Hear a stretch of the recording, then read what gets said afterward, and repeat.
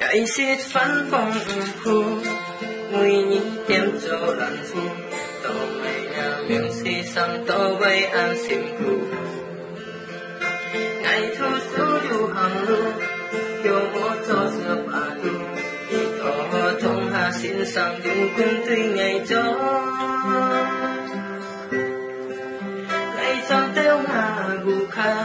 tin nga mi kai so pa mẹ là tông ngày một châu hi ho tông hà ngày không kỳ đi ngày cùng xin sang tuy cho khi ba nga thu rồi mò ban một thao thọ nga mẹ thằng tôi khi bay một chiếc liều tên ha tao mày thiên không ha mang lời kiều chi cả hè đi ha han yêu ngào ba chỉ tao mày han phụ giúp với cùng xin sang tuy cho tình nga mẹ ta tí nhau theo kiểu cũ như thế cho dù chen nhiên sang lui chân tao ham nga mẹ si cho nga mẹ mình nhiệt em kêu si con tao kỳ siêu ngày con tao nga mẹ ăn trong ấy thèm kỳ kia thịt nhiệt có heo thịt nhiệt ngày hi chim sang sẽ cho theo kiểu cũ ngày ăn mang chim tao cũng cho đến đủ mọi gì xin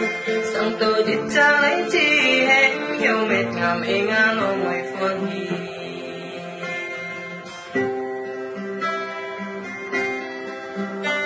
ngà mẹ thằng tôi khi với một chiếc liều tên ha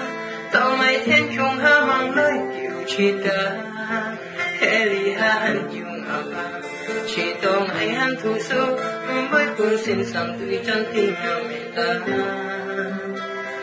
tí nhau theo kiểu cũ như thế cho dù chen nhiên chẳng người chân tao ham nga mẹ si cho nga mẹ mình nhiệt điểm kêu si con tao kỳ sao ngày con tao nga mẹ ăn trong tay thành kia